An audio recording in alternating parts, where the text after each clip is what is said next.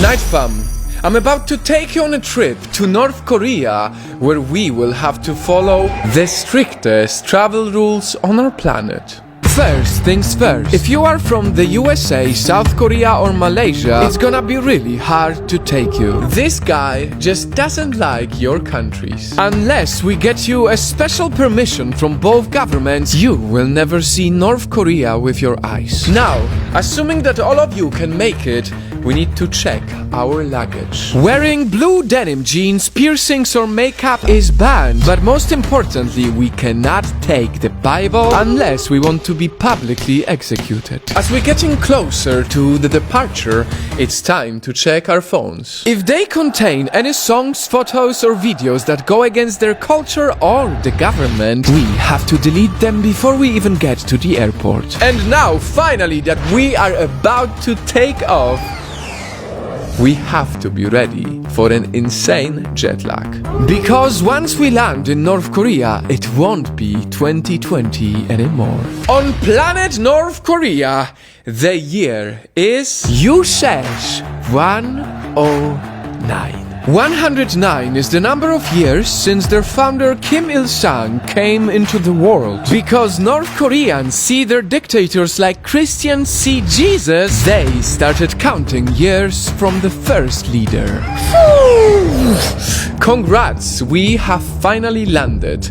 Now we are in North Korea. In this distant city, our tour guide will be breathing down our necks all the time. We have to forget about the joy of solo adventure. We can't ever leave the hotel alone. We can only visit sites and shops allowed by the government, and we absolutely cannot take any photos without the tour guide's permission. I'm not kidding. We have to ask every single time. This rule is so strict that if we take a wrong picture of museum, gallery, soldiers, police or even poor people, authorities can tag us and our tour guide as spies. This strictness is quite depressing, so how about we take a good tour to see some food?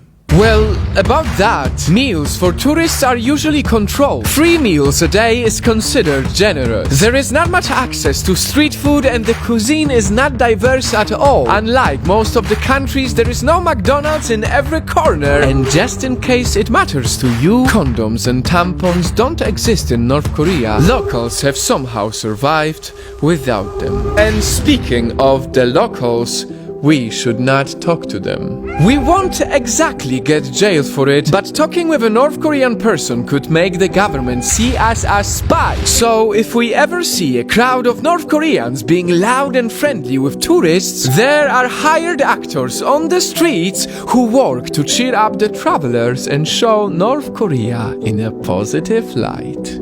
And we have to do some acting as well. On our strict trip to North Korea, we are required to bow and lay flowers at the many monuments of all the dictators. We can't point our fingers at the statues. We can't joke about the leaders. We can't say anything bad, or we get arrested right on the spot. And the show does not end here. Once we got back to the hotel after a long and quite depressing day, Big Comrade could be watching our every move. Telephones, fax machines, television, you name it, they are all possibly wiretapped.